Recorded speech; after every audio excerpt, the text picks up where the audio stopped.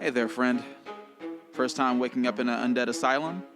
Or maybe you're just coming out of a fever dream in some weird gothic clinic. If any of this is sounding new to you, then congratulations. You just took your first step into the world of FromSoft and Soulsborne. And these are the top 5 things that you should know going in.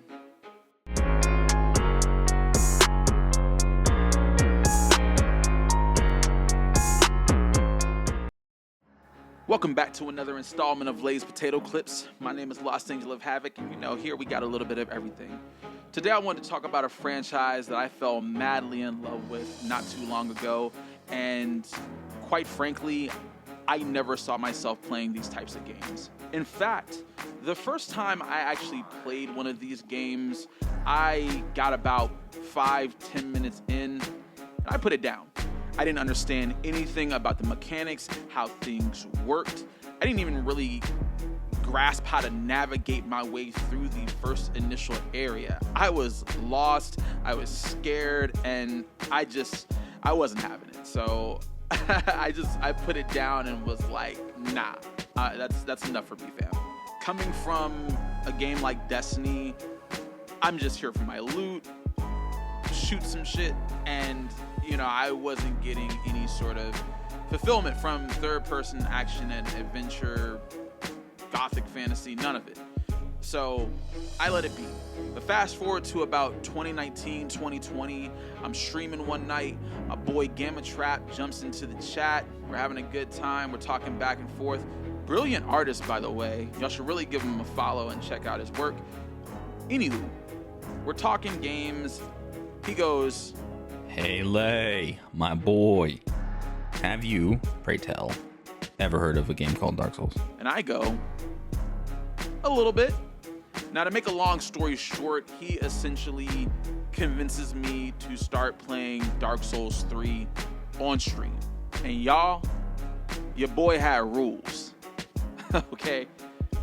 I had to play it blind. I could only play on stream, and no one could help me unless I was genuinely and hopelessly lost. Scholars may debate it for ages, but this moment might very well have been the true birth of Lay's Potato Clips. My friends, I was never the same again. I mean, if I didn't consider myself a gamer at this point, I for damn sure consider myself one after. The Soulsborne series and my journey through it from start to finish gave me an immense appreciation for triumph over adversity. That said, for the average player like myself, there's a lot of stuff I wish I knew going in.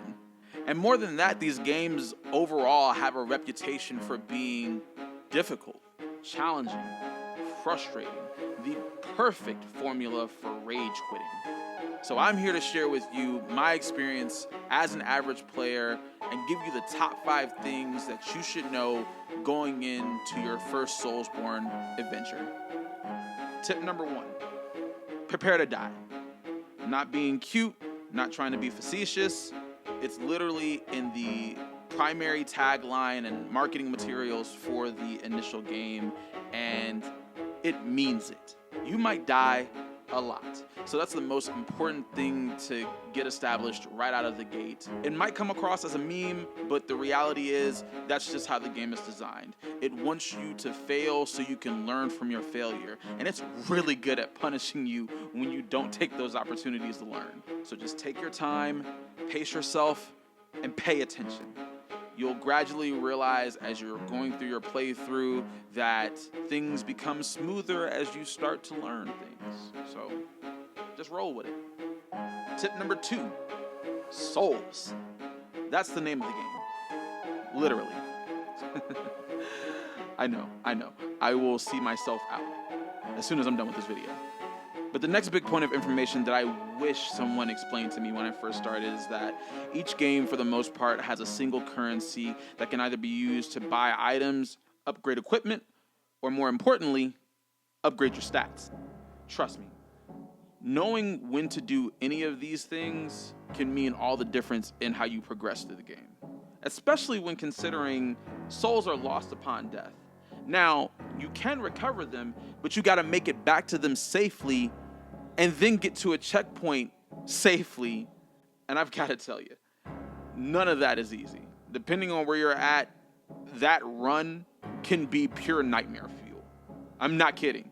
But Lay, what happens to the souls if you die before you get to them? Surely they'll still be there. Nope. I promise, any mistake, any slip up, you die before you get to your souls, they are gone with the wind, friend. There's days where I feel like I'm okay, and then I think about the sheer amount of souls I've lost throughout my Soulsborne journey, and I weep for all the things that could have been if I had just lived and not been a potato. But we're gonna move on. Tip number 3, do not attack the NPCs unless they attack you first. I mean it, do not do it.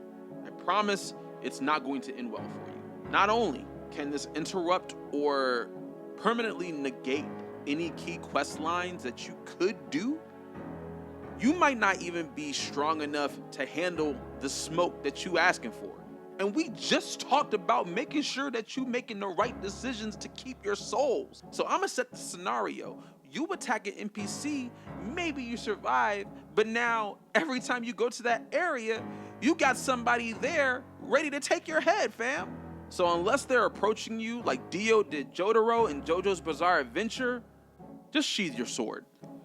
Tip number 4, explore everything. These kinds of games often have items and secrets littering their maps, and frankly, sometimes even around every corner.